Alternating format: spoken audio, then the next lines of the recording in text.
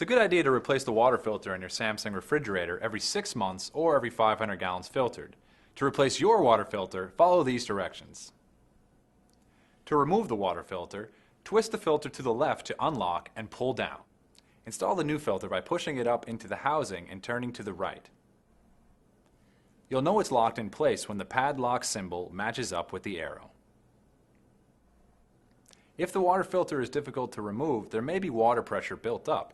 In this case, take out the 2 top shelves of the refrigerator so that you have enough room to pull down hard. After installing the new filter, be sure to press the water filter reset button to reset the filter indicator.